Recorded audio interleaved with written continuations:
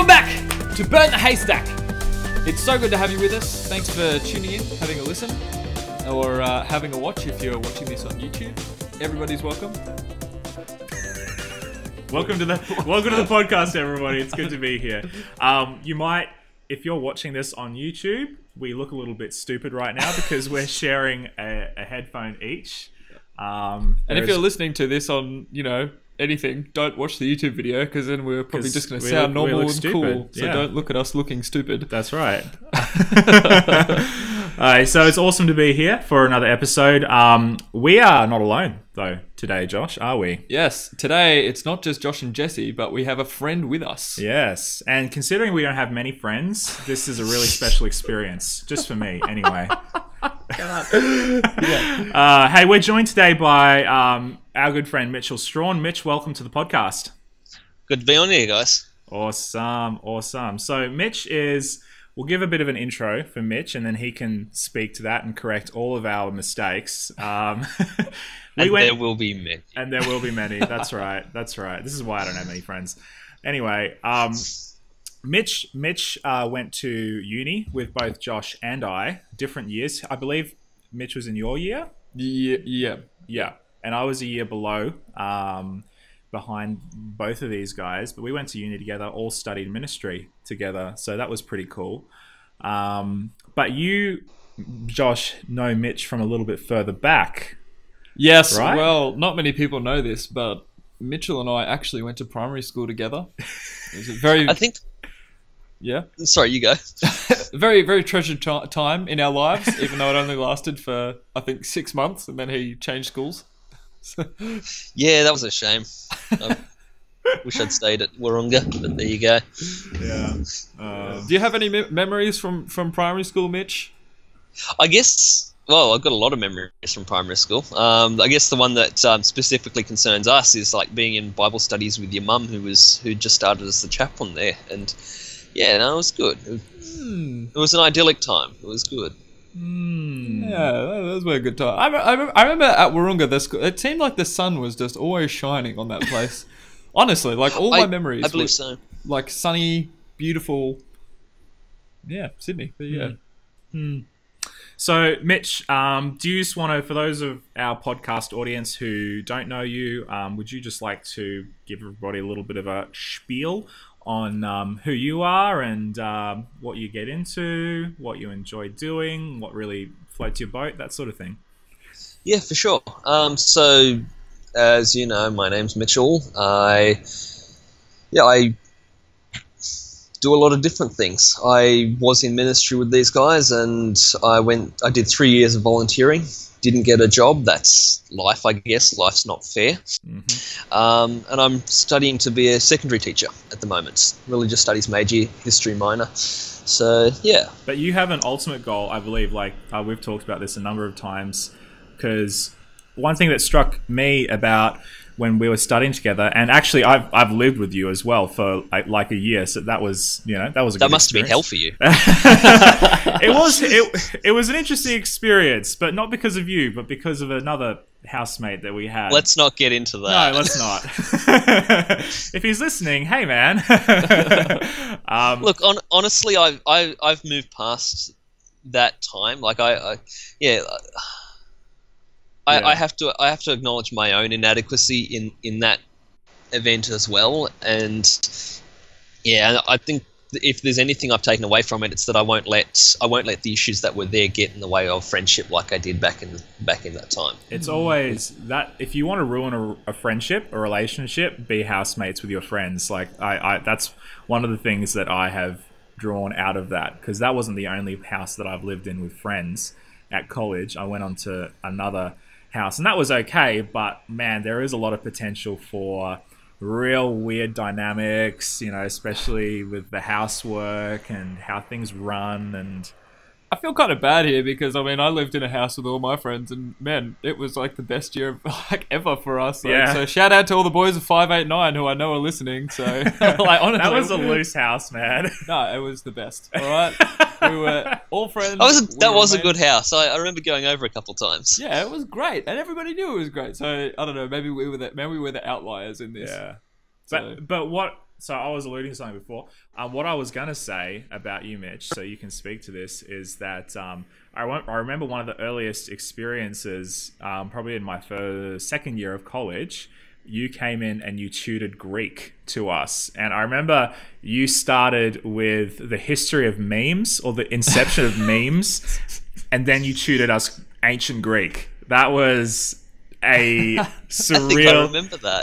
It was such a surreal experience. But I remember being in class and everybody moaning and groaning about how difficult the work was, and there you were, just chilling out on your laptop, listening to some tunes, going, this is the easiest thing in the world. So, I mean... Well, I've always had a bit of a thing for languages. One of my goals this year is to teach myself Latin, actually.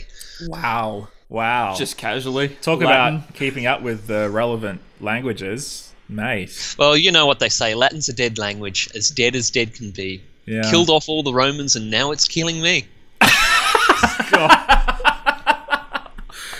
This is why Mitch is on the podcast. That is like perfect Mitch right there, so great. One thing that's always struck me about you, man, is while everybody else went to university, went to college to get their degree, you were one of the only people who seemed to genuinely enjoy the majority of the experience there. I don't know if I can speak for every college experience, but I know for me, there was a lot of stuff that I got through because I wanted to get the degree, not necessarily because I wanted to learn about Old Testament apocalypses or the Pentateuch or any of this other stuff. I didn't learn about Old Testament apocalypses either. I skipped that class. Oh, there you go. Well, my point is completely invalidated. No. You got a good point there. Keep going. Keep going. Yeah. So, and like one thing that you've always said is that's sort of where you want to end up, right? Like you're doing teaching for now, but is your ultimate goal to go further in terms of teaching higher education, things like that? Well, I wouldn't talk about it in terms of my goals at the moment. Over the last 3 years, I've had to come to a very different understanding of where things are. Like I've had to recognize, like in the past, I saw that teaching was my gift and that I was going to use it at a tertiary level. And people said that's a good thing to do, and I accept that. But the way I see it now is whatever I'm doing, whether I'm doing teaching or whether I'm making board games, which is another thing that I do, I want to be using my skills, my teaching skills. One thing I'm doing at the moment in Sydney, and this is a thing wherever you get churches, is you get a lot of different churches that share a pastor between 3 or 4 of them. Yeah. So it's always really hard to get preaching people. So what I've actually put my hand up to do is actually go to those churches and preach when they can't find people to preach. And I see that as an outworking of teaching ministry, teaching pastoring. Interesting. That's awesome. Yeah. That's awesome. I'm sure that they would really appreciate that as well. Yeah, especially those small country churches. Hey, it can be really challenging. Yeah, or ethnic churches, churches that find it, for whatever reason, a little bit harder to grow because they're constrained by a particular demographic, that sort of thing. Right. Hey, so tell us more about, you said you talked about board games. I understand you're developing one at the moment. Can we hear a little bit more about that? Yeah, absolutely. So I've got a couple different ideas on the back burner, just in various stages of completion. And this is a general tip just for creative people. You may find this works, you may not. I've actually found that I have been able to cut out writer's block by working on multiple projects. Because before So my current project, my oldest project, has been about 2 years in the making, and one of the reasons why it's been 2 years in the making is partly because of confidence issues. Who am I to be successful? Who am I to, just that sort of the natural. Who am I to deserve success? That's me every single day. That's a challenge, in every arena of my life. Yeah. So partly that, but also because I'd get mad writer's block and I just couldn't think up ideas. And what I found really helped for me was I had multiple projects, because I would have, it freed my mind to be able to just say, okay, so it's not related to my project at hand, but I'm just going to write ideas for it anyway. And what that's eventually ended up doing is some of those games have fallen by the wayside, but I've been able to salvage mechanics from them and put them into other games, consolidate a little bit, and I've actually found it's good for the creative process. I find that as well. I find it as well with writing, just in general. Like, I used to write a lot of fiction, science fiction, and fantasy when I was younger, like when I was a teenager. And I've somewhat continued that, but not nearly as much because I've got so much else to do.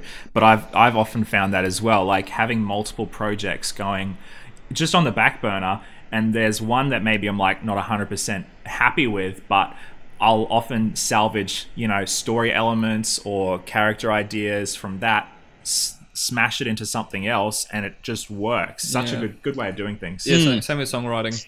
I have all these little songs and bits and pieces I've written, and then, you know, later I'll come back to it and be like, oh, that actually works with something I'm working on now. Yeah, totally. If only that worked for George R. R. Martin.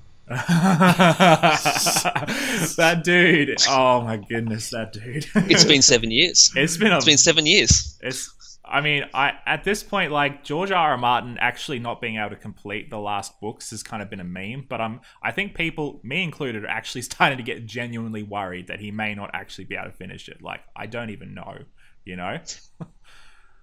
I try not to think about it, to be honest. Like, I'm like, he's got to be done now, right? Yeah. And I think, you know, the show is finishing his books for him, and I can't imagine the demoralization that must be for him to see your magnum opus, because it is. Yeah. It is the biggest work he's ever written. Yeah. Be completed by somebody else. It'll be what he's remembered for. I don't think though that I don't think that once, like, okay, best case scenario, he finishes the books. I do not think that they're going to look anything like the end of the show. Like, they just can't. Like, if they are, then that will be a huge disappointment to the fans. It's just got to be. He's got to go in a completely different direction. It's just got to. And I think that he has said in the past that he, you know, the show is the show and the books are the books, and they're going in roughly the same direction, but the ways that they take to get there between the things are different, because he literally wrote those books to be unfilmable. Yeah, and that's right. And if you read the books, then you get this sense in which there was the shortcuts that the show had to take in order to go the direction they went. Obviously, there are a lot of them that are questionable, but you just think, yeah, man, would not want to be in the producer's position trying to adapt this huge work that is just So another thing I found that's good for you go. Yeah, I was going to say another thing that I found is really good for creativity, and this is something that really started my whole thing with board games, making board games in general. Was so I graduated 2014. I didn't get a job. I started working in a factory as a production cleaner, a food factory. And, you know, part of my job was just to go out the back and empty bins and wash them out for a good hour and a half each day. And I hated the work, because at that point I just graduated, and I hated the thought that, you know, I was doing something that had no relevance to what I'd studied. And, you know, I had so frustrating. $70,000 worth of student debt that I wasn't even making a dent in. Yeah. It's a sad life. Anyway. So let's just stay in that depression. Jokes. Tell us. So what I found was that doing repetitive jobs, doing the same thing day after day, was actually really good for my creativity. It let my mind wander and really just freed it to come up with stuff. And I found even now, I'm going to be honest with you guys, I've been in and out of hospital for 18 months. Mind you, I work there. Oh, so, okay. I'm like, what? How do I respond to that? Oh, dear. So I found even at my current job doing cleaning at the hospital, I'll still come up with ideas. It's honestly really good for my creativity. And yeah. No, I found that too. I found that too cleaning at college, like where we went to uni, scrubbing toilet bowls, doing, you know, scrubbing walls, doing the really menial stuff. It just, it's like you disconnect your mind from your body so that your mind can just wander while your body just kind of mechanically does these tasks over and over again. And to a certain extent too, there's a joy in the routine. There's a song on Switchfoot's 6th album, Oh Gravity, called Faust Midas and Myself. And it's essentially, I don't know if you guys remember it, but it's it's dream. An exploration it's a dream of, thing, hey? Yeah, what would happen if he got literally everything he ever wanted. Yeah. And it turns into a horror. It turns into like a horror song or a horror movie or something like that, hey? Because he realizes that he has no life at all. If everything is made of gold, a heart that's made of gold can't really beat it all. Yeah. And what really stuck with me with that song is the final line, which is, "And what was once routine was now the perfect joy." Yes. Oh, yeah. Cool. Yeah. And in our social media culture too, and I know we're getting way off topic for what we were going to discuss. We haven't even touched the topic that we're supposed to be talking about. This is cool though. I'm loving this. Yeah, keep going. And like in our social media culture, we live for the highs. We live for the mountaintop experiences and just looking good. And that has actually caused a great deal of anxiety among younger people who live on social media. And I think it would do well for us to take the advice of John Foreman when he writes, "What was once routine was now the perfect joy." Let's look for something that's a little bit more reasonable. Yeah, it's amazing. Yeah, that's so good. Like we could just marinate on that. That is like that's a sermon in and of itself. That's awesome. Hey, so quick plug, and then we're going to get into some of the things we wanted to talk about originally. Your board game coming out. Just tell us a little bit about the one that I know you're one that's a little bit closer to completion than the others. Yep. Does it have a name? Does it have a theme? You know, is it? What can you tell? So far, I'm provisionally calling it After the Apocalypse. It is basically I don't know if you guys are terribly familiar with board games, you guys who are listening. It's called a worker placement game. So essentially, you have workers and you put them at various places on the board to collect resources or to resolve encounters, that sort of thing. I'm really encouraged by the way it's going. I had a play testing session with a mate of mine at work. He stayed back an hour after work to finish the game, so that's really encouraging for me. Awesome. Yeah. If you're a graphic artist, give these guys a call. And I'm looking for graphic artists at the moment. We'll plug just at the end of the show. We'll plug some ways that people can get into contact with you if they want to. Whether it's for that or for other stuff. But like I know we mentioned it before, but once it's nearer to completion, you're going to be putting it up on Kickstarter or something like that? Absolutely. Kickstarter's the best way to do board games. All right. So once Mitch has kind of got a product ready to fund, we shall we'll get that up so people can know where to find that, because I don't know about... I love board games. I know a lot of people that love board games as well. It's a cool thing. It's just a great hobby. Awesome. And another thing is too, I'd be happy to come back and talk about the way that I, as a board game creator, put my philosophy into board games and how that reflects how we generally, as creators, put who we are into what we make. I think that we're going to have a lot of things to come back to for future episodes, my friend. But for now, what we really wanted to sort of cover and unpack is, I mean, you mentioned before that you're wanting to go into teaching, and you're an excellent teacher. I remember you teaching... But I think both of us some Greek. It was amazing, even though you were at the same level technically as us, but didn't feel like I don't think it was entirely legal. But it was awesome. It was really helpful. So I suppose, and now you're wanting to get into teaching in high schools, teaching religion and history was the minor. So why do you think the average person should, I suppose, care about history? A lot of people probably learned about it in school, and I don't know, you sort of just brush over it, and sometimes it can just feel so irrelevant. You're like, oh, well, the times are different now. But it's like when you learn algebra and it's like, how is this going to help me in real life? History is kind of like that. I mean, I think that's what most people think about history. I remember learning history in school for most people, they usually stop at about year 10, and that's the worst time to stop, because by that point you've learned all about Australian politics and the rise of the labour union movement and Gough Whitlam and all of that, which is incredibly dull to most people. A lot of people, their first taste of history, they think their first taste of history is the one they get in school, and honestly, you get teachers who they appreciate history. They do, but there's only so much you can do with subject matter that isn't seen to have that much significance. I mean, I can look back at it now with my understanding of politics, but I didn't get that understanding of politics until long after I finished studying history at school. But I honestly think that people encounter history a lot earlier than they give credit for. When I was young, and my dad was an avid PC gamer before PC gaming was cool. So is it cool? I'm not quite sure. It's still. It's more mainstream now, but it used not to be as mainstream back then.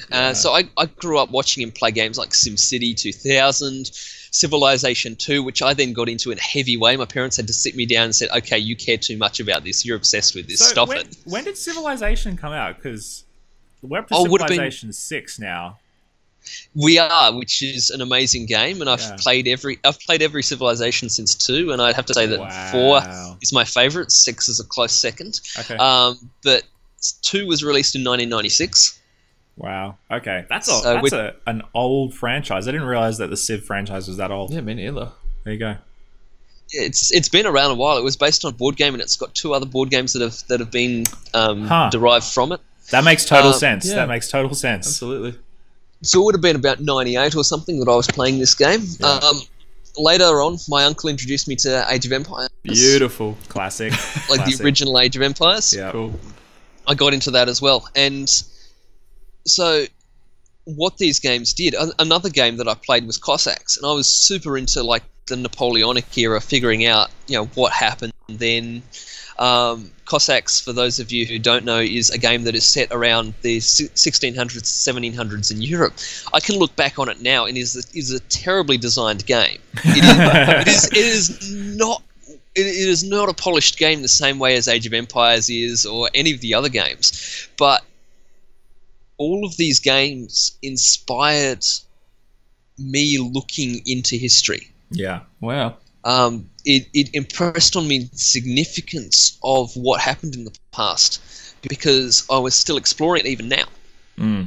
And another thing that was happening around this time, I don't know if you guys remember Horrible Histories at all. Yeah, that was on ABC. Was it on ABC? It was on ABC, and I think there are 2 different series. There's an animated series and there's a live-action series that's more recent. Yes. But it was all based off a book series written by a fellow by the name of Terry Deary and illustrated by Martin Brown and a number of others, but Martin Brown was the best illustrator. And I actually, when I was learning to draw, I took a lot of my drawing cues from him, my style cues.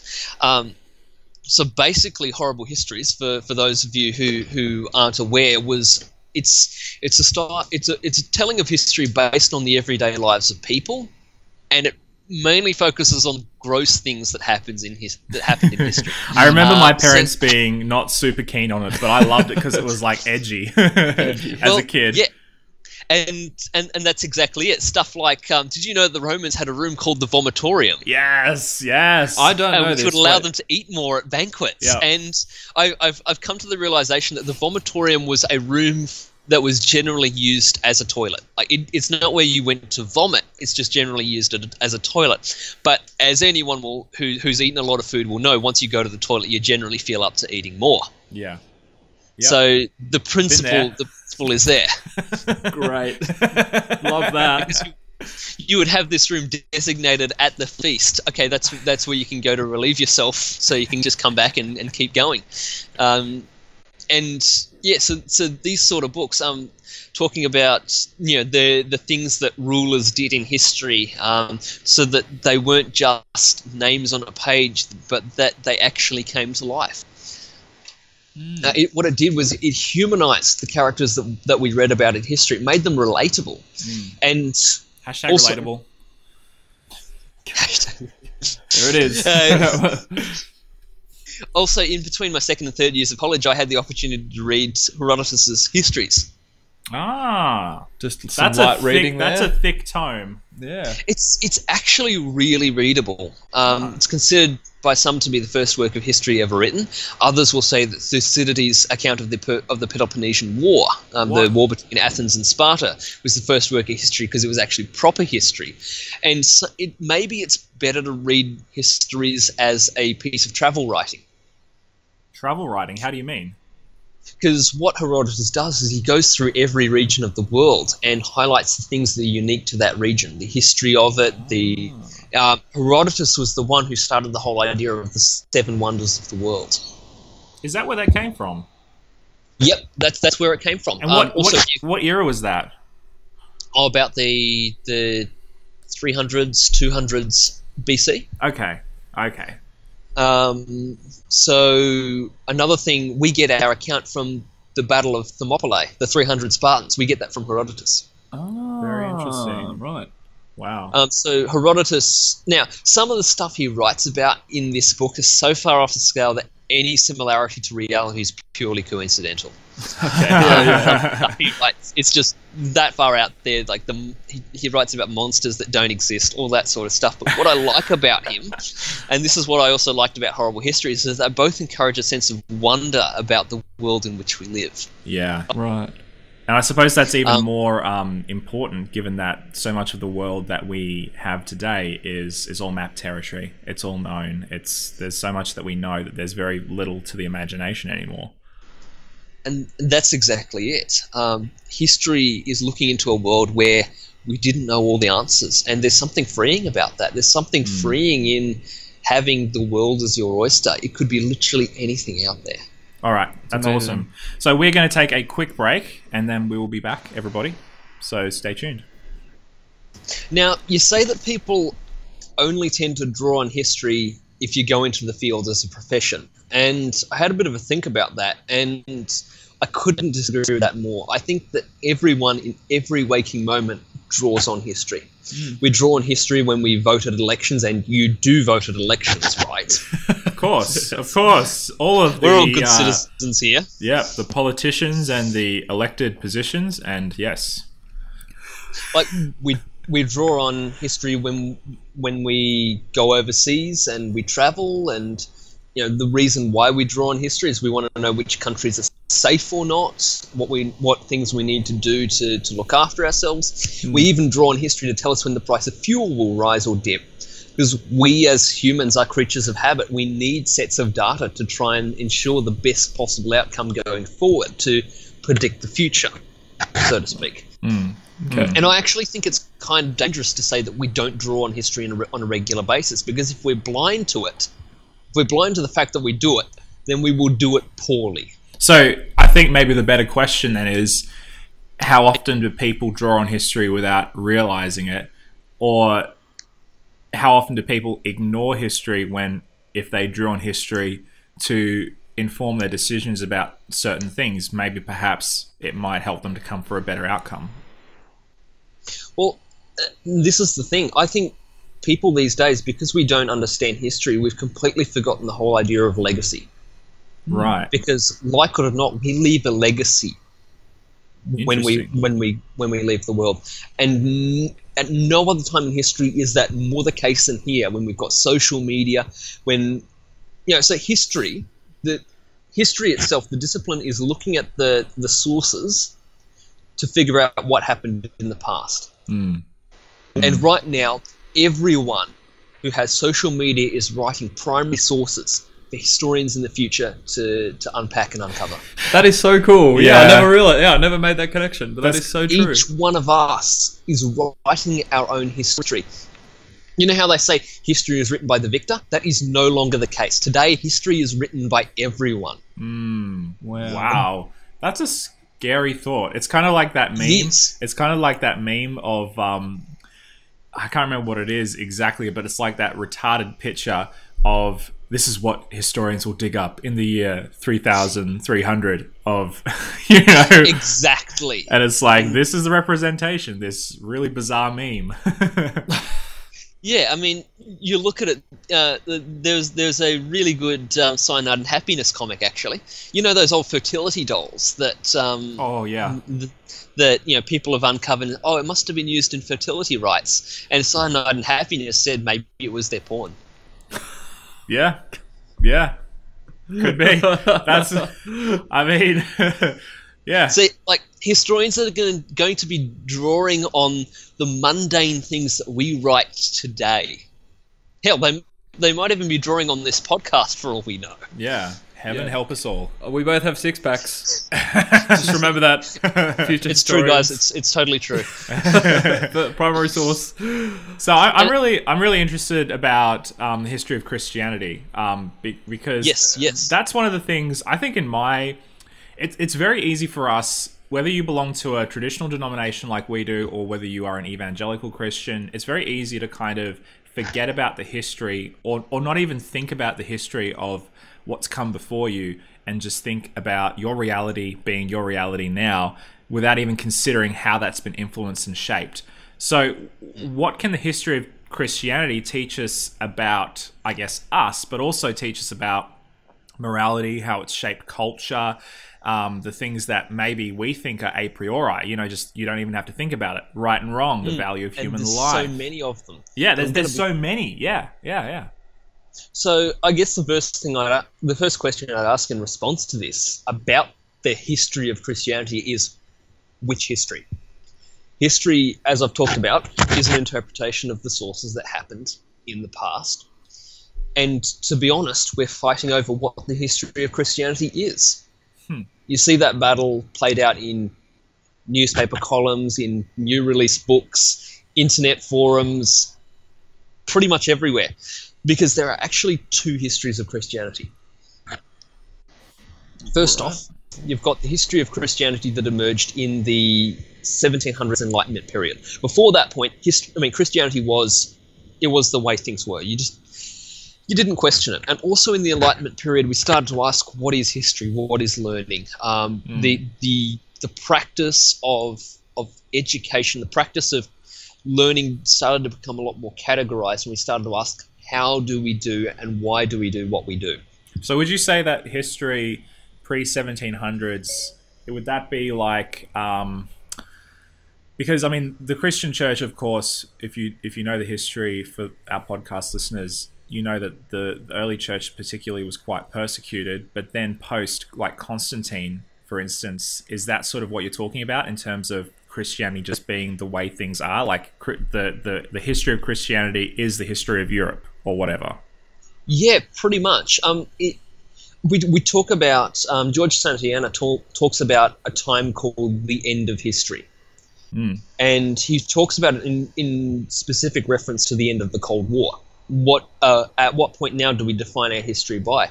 And once the Christian church gained ascendancy in the late Roman world and in the early medieval period, what we actually saw there was a similar end of history thing. Before, they saw history as cyclical, and this is actually a thing. The discipline of history, events moving forward, being progressive, but like working towards a particular point in time, that is a uniquely Christian philosophy. Because pagans before Christianity came along saw history as cyclical. So you mentioned will be. Yeah. So you mentioning cyclical history. Could you just define that for people who aren't quite aware of that term? Like me. Okay. So essentially, what was will be, what will be was. And there's my Stellaris reference for the day. There's a very niche gaming reference. Very niche gaming reference, but maybe there's one of your listeners who'll pick that up and appreciate it. Just one. So essentially, history repeats itself. Okay. In the most literal way possible. Interesting. Right. So is that like, this is possibly a tangent, but is that where we get archetypes such as the every millennia aliens come and cleanse the earth and humans have to fight against them to save the world, but it's like this whole, it is prophesied. I'm thinking of like the Mass Effect series, for instance, this whole, alien race coming out of the darkness, cleansing the universe, going back, allowing civilization to build up again, and then sort of like this rinse, repeat, rinse, repeat. Is that an outshoot of that cyclical view of history? Yeah, and not just that, our fixation with precursors. Yeah. That's a huge part in science fiction and fantasy, hey? Yeah, we also have in the Bible the pre-flood civilization, where you've got people even today who look for pre-flood artifacts and say that they found them. Nephilim. You have our fascination with the Roman Empire. Literally every major empire has sought to recreate the glory of Rome since its fall. That's interesting. You even see that today in things like the Hunger Games, for instance. You know, that's an incredibly Roman, like the author of the Hunger Games just stylized that so much after the Roman Empire. That's incredible. And yeah, this has to do with our desire to find patterns, and cyclical history is a pagan way of doing it. But history as a discipline relies on the Christian concept of the end of times. History is a straight line moving towards one particular place. That's where we get modernism from. The idea that humanity is always progressing, and modernism has unfortunately been displaced by postmodernism. Yes, which is almost a return to that nihilism of the pre-Christian world. So there are two histories of Christianity. There's a history of Christianity that emerged in the 1700s Enlightenment period, and this is the one that I'm sure you've heard. Says that Christianity retarded social progress, that Christianity burned down the Library of Alexandria, that Christianity only recently accepted that the earth goes around the sun. That's the history that most people have heard, and that's the history that the new atheists draw on in their critiques on religion. Then you've got... It's like a neo-Marxist, religion being the opiate of the masses type thing. Yeah, and it in a lot of ways that's very problematic. The Library of Alexandria wasn't actually burned down by Christians. It was actually burned down during the conquest of the city by the Muslims. Oh, we can't talk about that, though. We can just edit that out, I'm sure. I'm kidding. That was a joke. Goodness. So there's that. The whole idea of the Catholic Church stopped Galileo from being heliocentric, and that's actually a reflection of the fact that Galileo was incredibly difficult to work with and insulted his friends. The Pope was trying to protect him as much as he possibly could, and Galileo was like, "No, Pope." Wow. So my view of Galileo being this pious, kind-hearted crusader for science. It's truth and justice. It's not a real picture of who he really was. We've got this revisionist history that's thankfully coming out, which paints a picture of Christianity as a driving force behind the preservation for literature in the wake of the fall of the Roman Empire. That's what the monastic movement was. A whole lot of monks sitting around copying books. The Christian church made it possible that we could hold on to classics of the time. Yeah. The Dark Ages weren't actually that dark. The term Dark Ages is a pejorative term. It's a term of contempt applied by Enlightenment period thinkers to that period where the church had supremacy. That's amazing. During what we call the Dark Ages, we actually saw tremendous advances in agricultural technology, trade. The whole idea of Christendom was born in the ashes of the Roman Empire, where before there was a state looking after everything, keeping the peace of Rome, the Pax Romana. And the church pushed the concept of Christendom. You are all brothers in Christ, so stop fighting amongst each other, for goodness sake. The church was in the era of petty kings in Europe, the church was the keeper of order, and it picked up society after the empire fell. Wow. Now, we're talking about the history of Christianity, and how did it shape the values we now take for granted? Yeah. Speak to that. I'm really interested about that. So, I guess we could ask, what would the world look like today if Christianity never emerged as a dominant socio-religious movement? Yeah, that's a huge question, because a lot of people might prefer that. Yeah, and you know, I think a lot of people as oh, well. definitely. You know, I see a lot of atheist things, and to them, they see Christianity and often religion as a whole, they see it as like this almost like parasite, or you know, they see it as something really toxic. And I'm trying to understand how they could see it like that, because obviously I'm on the other side of that, thinking that, well, I think it's done a lot of benefits. So yeah, I'd actually love to hear. And as well as, you know, like I listen to a lot of guys like Sam Harris, and Sam Harris is obviously an incredibly deep thinker. And he's got that much going for him. He's quite an intelligent bloke. He's a very intelligent man. And so like I definitely all respect for that. But I find especially with Sam Harris and Harris and Dawkins, probably to be you know, very specific, the line between dogmatism and spirituality seems to get blurred very, very often, in terms of spirituality as a pursuit, or a pursuit of a higher being, a pursuit of ultimate reality, if you will. The virtue of pursuing that as a religious pursuit often gets blurred with the dogmatism of burning witches and, you know, doing and burning books and all this sort of horrible stuff, you know. And credit where credit is due to Dawkins, Harris, Hitchens, and Dennett, the four horsemen of the new atheist movement. Four horsemen. No, that's what they're called. Right. Yeah. Okay. Fair credit to them. Let's actually look at the ways that religion has done the things that they claim. So the new atheist movement arose from the ashes of the Twin Towers. Yeah. Because before that point, the Twin Towers saw a seismic shift in the way that we talk about religion. Because before that, even if you didn't agree with it, even if you thought it was bunkum, you could still respect that, oh, that's your belief, that's my belief, you're not hurting anyone, I'm not hurting anyone, we'll all just live and let live. Yeah.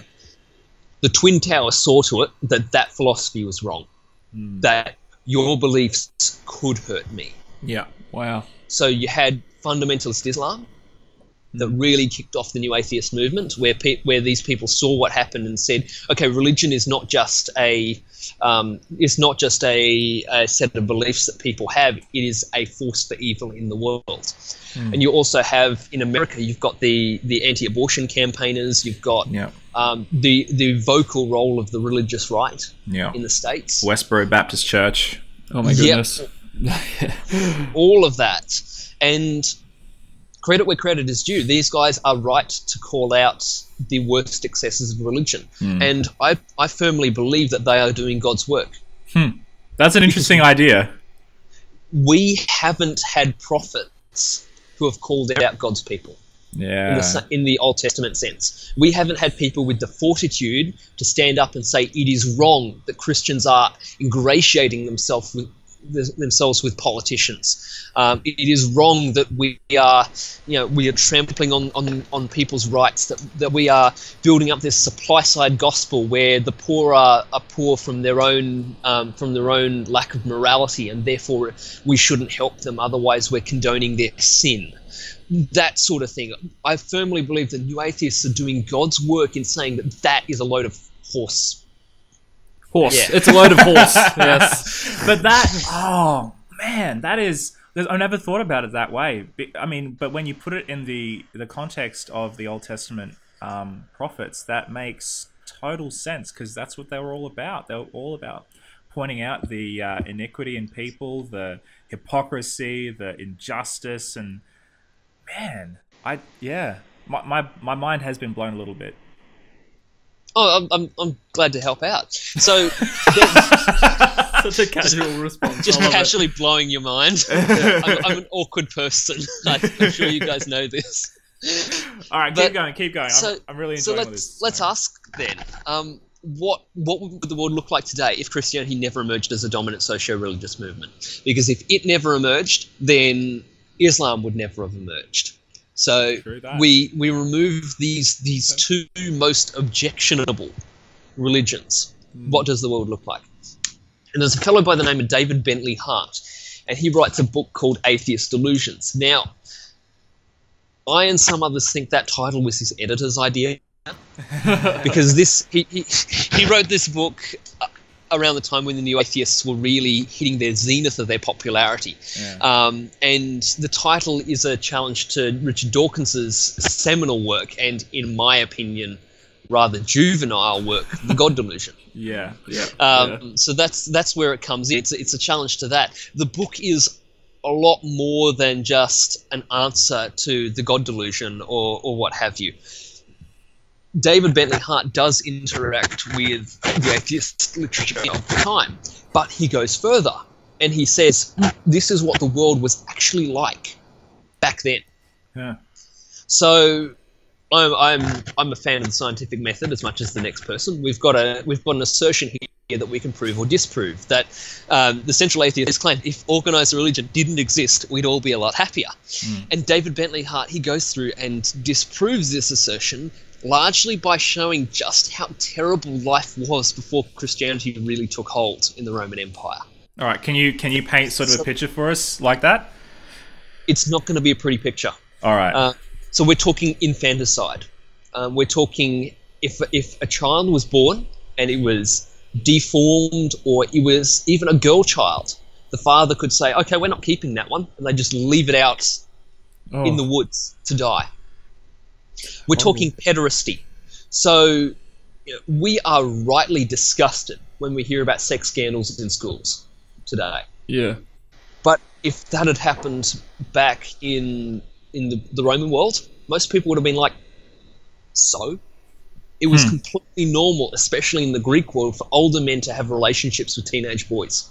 Ooh. What the heck? Nice. I mean, not nice, but yeah, that's sarcastic. Cool. Nice. Yeah, Yep. that's oh my goodness. Yeah, cool. We're talking about patriarchs who quite literally had life and death power over their family. This was called in Roman society the paterfamilias. So if a son mucked up bad enough, the father could just say, okay, go die. Whoa. And what, that was something that they could actually just they had the legal power to do that. Oh wow. Essentially their family was an extension of their property. So was this predominant in Roman culture, Greek culture? Roman culture. This is particularly a Roman culture thing. Okay. So we're talking about a society where marriage looked nothing like it does today. Wives were only for having legitimate children with. If you actually wanted to love someone, that's what your mistress was for. Cool. I think a lot of people today still find that that philosophy. That's true. And if you wanted to enjoy sex, that's what prostitutes were for. It was a specific and codified in culture. Wow. Trichotomy. Three different roles for women, and each of those different roles were fulfilled by different women. So women had terrible rights. Like people talk about Christianity being bad for women's rights because they look at evangelical Christians, conservative Christians, but women had no rights under pre-Christian culture. This was the world without Christianity. It was a nihilist world. It was a world without hope. Yeah. The gods were fickle, and you never knew if you'd angered them or not. You were constantly living in their shadow, trying to hope that you didn't piss them off. Yeah. And along comes this belief system that says, hold up, here's how it's going down. You're going to love your wives and only your wives. Yep. So it takes all those different roles of women and puts them into one person. Wow. One role. Paul in 1 Corinthians 7 says, husbands, love your wives and share your physical affections only with them. He makes that a reciprocal command. So husbands, if your wife asks for it, don't turn them down, and likewise. And that is a tremendous leveler. That brings up the rights of women so much there, where before they were property, now they are actual people. Yeah. It also says you're going to stop partaking in relationships that strip one party of all autonomy. And we're talking about pederasty because at the fundamental core of that, there is a power imbalance. Yeah, yeah. It says that life is precious. Fathers, you're now going to raise every child that you father, regardless. So no more putting the kids out. Every human being is a creation of God. and these are the values that we see taking the European world by storm. Yeah. And within a couple centuries, there was no trace of the old Roman culture. Wow. It's an amazing shift, though. Like, I mean, if you think about it, the Christian movement shifting all of a sudden, like, from a world where people don't matter, it's kind of only the self that matters, and the gods don't really care about you. They just care about being, you know, happy or appeased or whatever the word, to no, there's one God and that God loves you and people matter and you can love people. Like, it's a total... It's incalculable for me to actually think of a world, though, where that doesn't exist.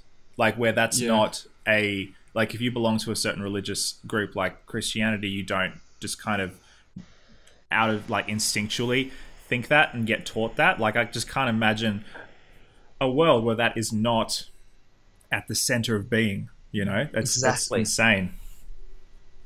It's not a world that you would want to live in.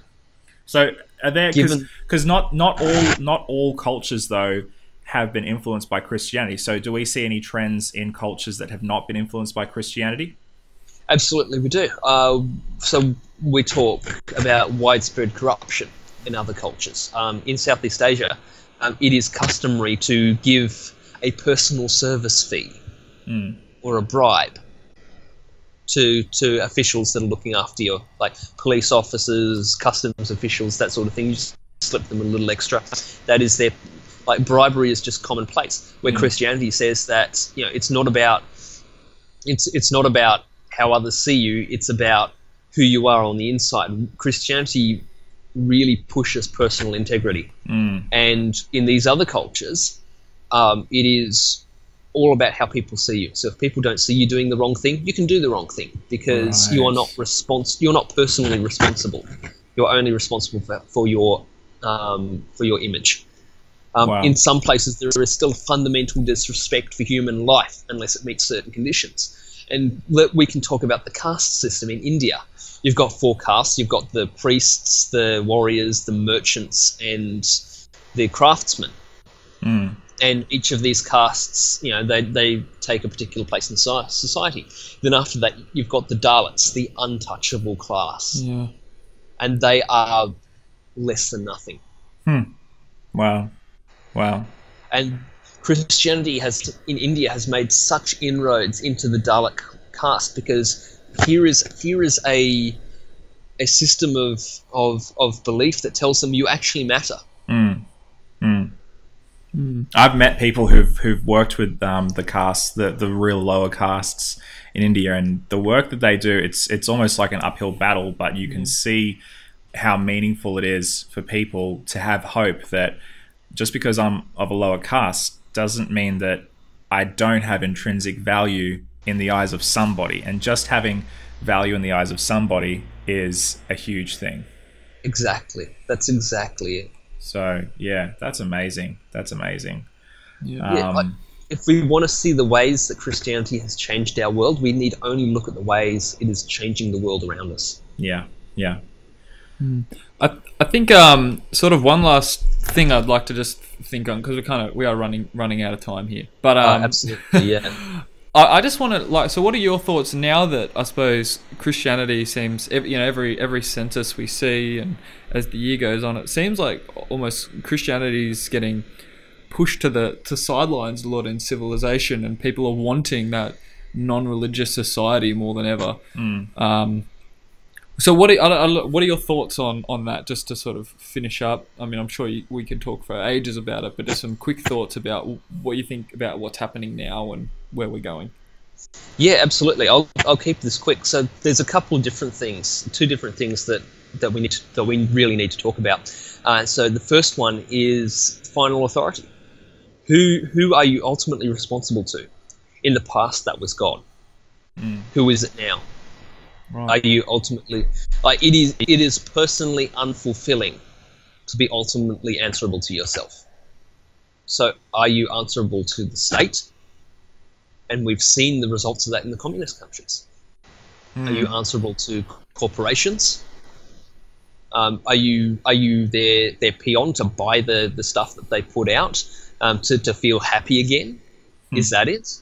How do we assess the value of life as well? If Christianity no longer affirms that each person's life is worthy of value, what does that look like now? What happens when we take that away? And Friedrich Nietzsche saw this exact thing happening. He had no love for Christianity. He called it a slave morality. But he also saw that humanity had no better alternative. When Nietzsche says God is dead, that classic quote, he's not rejoicing, he's lamenting. Wow. He says that unless humanity can fashion an altogether different morality, then the murder of God in public life necessitates the collapse of the moral system on which this society is based. And we saw a medical ethics journal published in 2012 called Afterbirth Abortion: Why Should the Baby Live? What? Oh, what was the idea? You look this up. Essentially, it was saying, well, we allow abortion, and in some cases we allow late-term abortion. Why shouldn't we why shouldn't we be able to make a decision at birth? Goodness. Wow. So it's almost going back to that old culture of leaving the baby out in the woods. Exactly. Now, this article generated a massive furor, and the journal said, "Oh, it's just a thought experiment." But here's the thing: neither the authors nor the journal before all this blew up said that it was a thought experiment. Yeah, it was that's PR. Submitted completely straight. We also have to think about the value of life, because the value of opinions, because the idea of conscience is important to Christians. You cannot be compelled to hold opinions that are against what you genuinely believe. But now that we're not Christian, how do we deal with that? We're seeing a trend towards conformity. If you don't believe what we believe, you're a bigot. There's no room for nuance anymore. Let's also talk about charity. Who's going to pay charity when Christianity goes? Because church charities, I've heard, are up to 9 times more effective than the government. Yeah. Because they rely on dollar for dollar. The government gets $9 worth of work for every $1 they give charities, because charities rely on volunteering. Wow. And, yeah. The Catholic Church is worth $30 billion in Australia. Yep. Australian welfare budget per year is $273 billion. So churches, you sell everything that you have, you sell all your lot to give it all away, and it still will not cover just a fraction of the welfare needs just in Australia, which is a relatively small country. Exactly. Wow. And back in the Roman Empire, pagan writers would say, why do people let their Christian wives just give money to the poor? And even today, religious Australians give over 50% more to charity than non-religious Australians do. So the assertion that we don't need God in order to be moral or to do good things is a good idea for atheists, but it doesn't. In the words of Donald Trump, sounds good, doesn't work. I never thought we'd get a Donald Trump quote here, but yeah, there it is. Yeah. Amazing. Love those thoughts, Mitch, and thanks for hanging out with us today. It's an absolute pleasure. Yeah. There's so much more that we could talk about, but we'll have to have you on for a future episode just to crack some of these topics open and talk about some other things, because I know there's a lot of other things that you're passionate about that we could talk about. I'd be more than happy to do that. So please, anytime. Awesome. Hey, so thanks, guys. If you liked what you hear, if you're interested, make sure you let us know. Talk about it. We got the Facebook page up. You can comment on the YouTube. You can leave a review. That also really helps us. Yeah. And subscribe. I find that I only really listen to this podcast that I subscribe to. So if you find what we say valuable, then please subscribe. Yeah. So for now, that's us. You might want to listen to that one a few times. I'm probably going to have to listen over a few times as well. Yeah. But for now, that's Josh and Jesse and Mitch out. Boom. All right, that's it. Right.